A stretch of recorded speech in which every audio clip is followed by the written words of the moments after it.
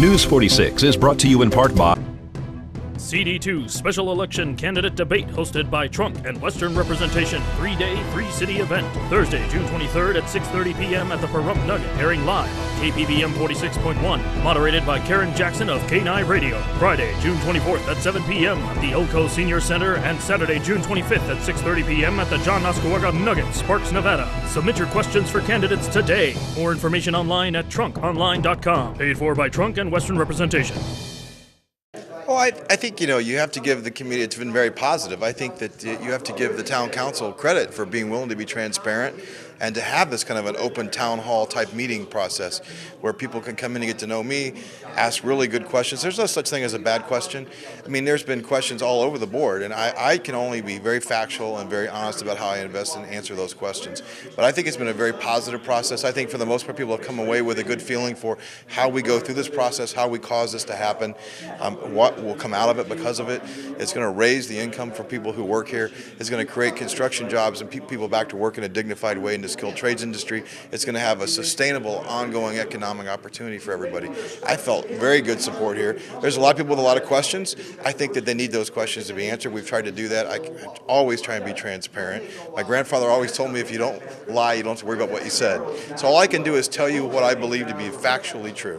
What do you think that the biggest concern is? The $150,000 that we're going to put in this, and they think that they're gambling, or? They don't understand the public-private partnership understanding is in today, which is different. One of my most respected businessmen in the community said no one ever gave me any money to come to the community, and he's right, and I did it all on my own, and that's honorable, and we respect that, but that's not what's happening today. The economic environment that we're in has changed, and companies come in and are looking for the community, the public sector, to partner together with them, to have a partnership. They could give things, it's an exchange, it's a trade-off. And by doing that, and that's really new to our community, and that's where a lot of the questions have been because they're not familiar with it, which is quite understandable, which is why these conversations we've been having is good, because it's given us the opportunity to explain that and then go forward, and then they say, oh, now I understand. Oh, now we know why it's $150,000. Oh, I could see why that has to be instituted. Oh, I could see this. And now it's an educational process, which is great. Well, I think too, the other point I want to make is that because of their tourism fund that you have here, which I was unaware of until we came here, I mean, I don't really care how they pay for it.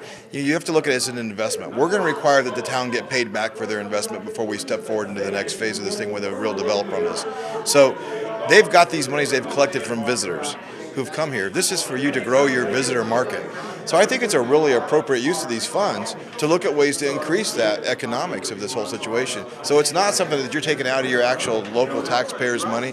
This is being paid by visitors to your market today, and it's for you to grow that visitor market. So I think it's a great, appropriate use of your funds.